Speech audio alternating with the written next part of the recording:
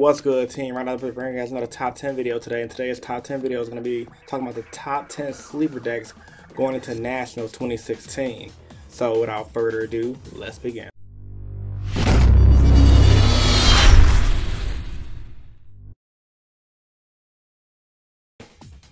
Starting off by saying I am fucking feeling great. I think I finally broke my code, thank the fucking Lord.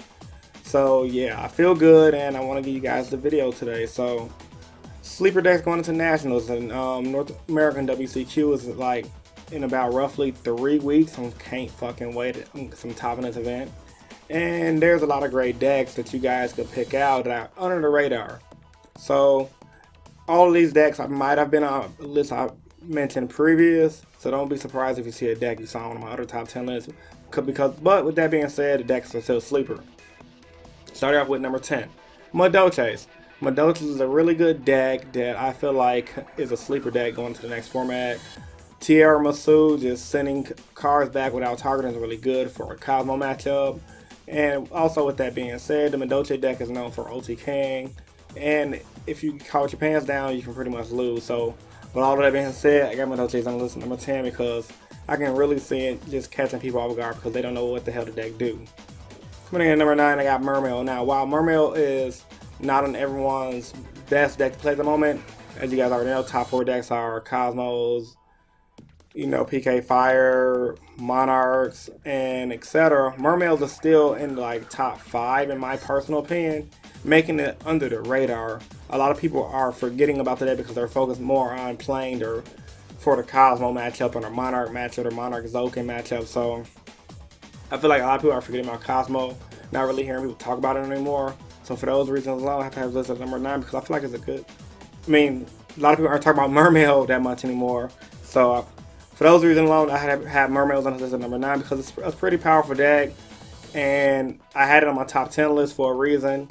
And I haven't seen it top, so I feel like going into Nationals, people are going to forget about it, and they're not going to side accordingly for it. Coming in at number 8, I got Synchrons or Synchro variants. Now, the reason why I said Synchrons and Synchro variants because there are tons of Synchro decks out there right now. You got the standard Synchro deck, you got your Synchron deck using the Speedroy engine, which is very powerful, by the way. And you got much more decks of using just all Synchro-oriented Zoken decks. So those decks can catch you off guard, they can OTK, they can make crazy lockdowns with cards like Beatrice. So with that reason, I had to have on list on number 8 because I played against the Beatrice Synchro deck and it's really annoying. It really can just fuck you up. Coming to number 7, I have Heroes. Now, I think Heroes is a pretty good matchup going into as a sleeper deck going into Nationals. Same concept for the rest of the decks on this list. It's unexpected, no one's prepping for it, and the fact that Dark Claw can just banish all your cards is great. Great for the Cosmo, well, decent against the Cosmo matchup. Decent for the Cosmo matchup if you have the Solemn Strikes. Is amazing against Monarchs if you go first. So that reason I have it as number 7. It's a pretty good card, sleeper deck under the radar. People aren't expecting it to do good, but when people aren't expecting decks like Heroes to do good, they wind up topping our regionals because no one knows how to fucking play against the deck. Or they didn't side against the deck rather. Coming to number 6, I have Kaiju variants. Now, Kaiju decks can have multiple variants. There's a pure version, there's Kaiju Yosenju. But for the most part, just distributing your opponent's monster, giving them their Kaiju, taking it back with the alien cards, with the Great Owl cards, it can get really nasty. So I had Kaiju's variants on this list number 6 because I personally feel like this thing, distributing your opponent's monsters is really great, and if Kaijus get their deck rolling, they can pretty much win, and I guarantee you can steal you a lot of games at Nationals within 3 weeks from now. Coming to this at number 6, I got Yosenju's. Now, Yosenju's also falls in the Kaiju variant, but also it falls into his own deck abusing Card of Demise. And Yosenju's a summon, poke for damage, hop back into our hand, Card of Demise, draw 3, set, hop. So, the deck is really good with abusing Card of Demise, playing your Mirror Forces, abusing your Strength of Tributes, and your Yosenju effects can be really powerful. So, for that reason, I don't have to have number 5 because it's just a really powerful deck and can abuse Card of Demise. Speaking of Card of Demise, I have Gravekeepers on this list at number 4 because Gravekeepers as a whole is a really powerful rogue deck. a lot of people aren't expecting Gravekeepers to do well, but back in the day, Gravekeepers was one of the #1 contenders about 2 years ago.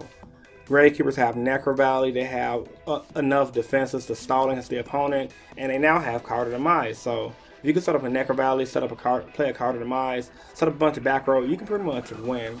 So for that reason, I have this Gravekeepers on the #4 because, you know, sitting on your Necro Valley is really powerful. Especially some of the monsters out with Gravekeeper Spy and controlling the flow of the game. It can be really good against Cosmos, PK Fire, and Monarchs. #3 on this list, I have Blue Eyes. I was just notified that the Dragon Structure deck is coming out the Friday of Nationals, so it should be legal for that event. And with all the Blue Eyes support we have currently now, I can honestly see a few Blue Eyes slots taking top 64 due to the fact that no one knows what the deck do, which is why these decks are sleeper decks, or no one's prepping for the decks. I know I'm not prepping for the Blue Eyes deck, prepping for meta, but also with that being said, I got my 3 max season main deck just in case. Hopefully that will help. Coming to this at #2, I have Batteryman.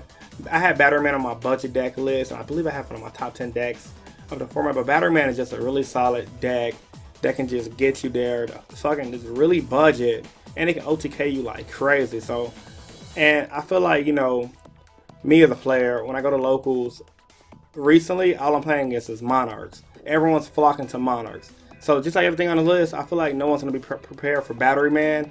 And in addition to that, I feel like Batteryman can just steal games due to just OTKing really fast, which is great against decks like Cosmos, because if you get rid of their field with the Cyber Dragon and then do your Batteryman wombo combos, you're going to win.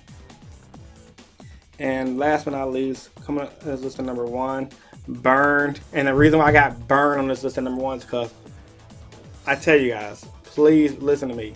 Burn will fucking burn you up, literally.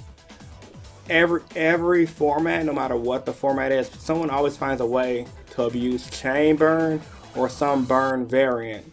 With all these goofy draw cards and all these goofy burn cards in the game, and with Card of Demise being a thing, I can almost guarantee you guys that someone will find a way to make a new version of Burn, take it to Nationals, and make a lot of you guys salty. So make sure you guys side your Royal Decrees and your Twin Twisters, and hope they don't go first, because typically a lot of burn players like to do, they like to go burn you game 1, then when you try to side in your Decrees game 2, they used to go into the Insector engine or into an engine that can still burn you, but that handles the Decree. So tell me guys what you think about this video in the comment section down below. If you guys think another deck that wasn't mentioned on this list deserve to be under the radar, also let me know about that in the comment section down below. As I always tell you guys, upload 3 times a week. On Mondays I do my general discussions, on Wednesdays I do my top 10s, and on Fridays I do my explain series where I explain decks and archetypes in detail. Videos this week has been off schedule due to me being really sick, and frankly just going through a lot of personal issues. So with my personal life being up and down and me being sick, my video schedule is going to fluctuate this week, maybe even next week, until I can get my life back on track and more focused on making videos for you guys. Just want to get that off my chest for you guys to know. So with all that being said, guys, this is Chris from Team Innovation. If you're a new viewer to the channel, like I said, I gave you my upload schedule, and please hit the subscribe button for more competitive video content. So as I always tell you guys, peace guys, and stay innovative. Deuces, family versions, that is the Synchro, the XYZ, Index, and etc. So the domain versions is focused on the effect negation and the summon negation, and you guys should